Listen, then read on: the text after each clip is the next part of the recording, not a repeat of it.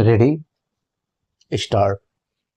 महोदय, जहाँ तक धर्म का प्रश्न है, अपने चरम विश्लेषण में उसने वह सब हमेशा सुरक्षित रखा है जिस पर संस्कृति निर्भर करती है।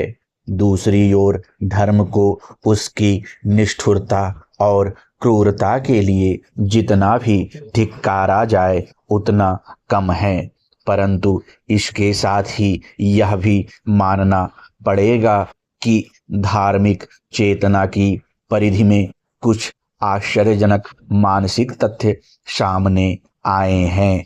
जो धर्म कर सकता है वह दूसरी कोई शक्ति नहीं कर सकती। यह केवल ऐतिहासिक सत्य ही नहीं अपितु मानवीय अनुभव द्वारा प्रमाणित सत्य भी है। जटिलता मनुष्य स्वभाव का लक्षण है।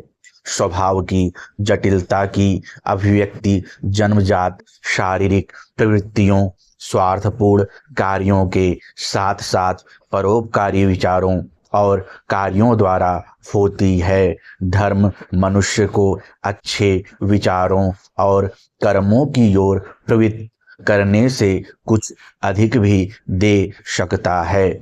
आदिकाल से उसने मनुष्य को पशुता से मानवीयता की ओर प्रेरित किया है। नम्रता, प्रेम, सेवा, त्याग के साथ साथ धर्म ने मनुष्य में सौंदर्य और सत्य के प्रति आकर्षण पैदा करने की महत्वपूर्ण भूमिका भी निभाई है। यह भी सत्य है कि धर्म प्रत्यक्ष या परोक्ष रूप में ईश्वर संबंधी कुछ ऐसी पौराणिक धारणाओं के साथ जुड़ा हुआ है कि आम लोगों के लिए अविश्वासी और संशयशील व्यक्ति का विचार और व्यवहार में अच्छापन कोई विशेष महत्व नहीं रखता। परंतु यदि हमारी सांस्कृतिक चेतना का समुचित विकास हो सके और हम संस्कृति के धरातल पर ऊपर उठ सकें तो विश्वास और अंधविश्वास में भेद समझना कठिन नहीं होगा। ऐसी स्थिति में ईश्वर की आम धारणा को स्वीकार किए बिना भी हम वह सब कर सकते हैं जिसकी धर्म से अपेक्षा करते हैं।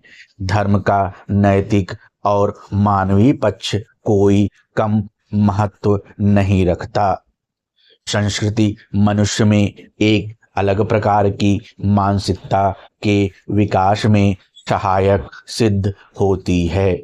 जिन लोगों के व्यक्तित्व में सांस्कृतिक चेतना की परिधि का समुचित विकास हो जाता है वे धार्मिक आस्था और विश्वास के बिना भी जीवन की पृष्ठभूमि में छिपे हुए गूढ़ रहस्यों को भली प्रकार समझ लेते हैं और अपने को उसके प्रति आभारी मानते हैं। प्रकृति का कल्याणकारी स्वरूप स्वयं ही इस प्रकार के आभार की अभिव्यक्ति के लिए प्रेरणा देता है। मनुष्य के व्यवहार में जहाँ निहित स्वार्थ के लिए क्रूरता देखकर अविश्वास पैदा होता है, वहीं प्रेम और आनंद से परिपूर्ण जीवन किसी बात का अभाव नहीं होने देता। इस प्रकार सांस्कृतिक धरातल पर ईश्वर के प्रति आस्था और विश्वास को मानसिक तौर पर छोड़ा जा सकता है। जहाँ तक हमारी वास्तविक भावनाओं का प्रश्न है, वे औपचारिक विश्वास के अभाव में भी जीवित रहकर विकसित हो सकती हैं। संस्कृति के सार तत्व के संदर्भ में यदि यह प्रश्न किया जाए कि वह धर्म से क्या ग्रहण करती है, तो जवाब यही होगा कि ईश्वर की सत्ता में विश्वास और अविश्वास का इस प्रश्न के साथ कोई संबंध नहीं है। इसी प्रकार आत्मा अनित्य है या नश्वर, इस बहस का भी उस मूल प्रश्न के साथ कोई लेना देना नहीं है। समाप्त। Like and subscribe, and don't forget to press the bell icon for more updates.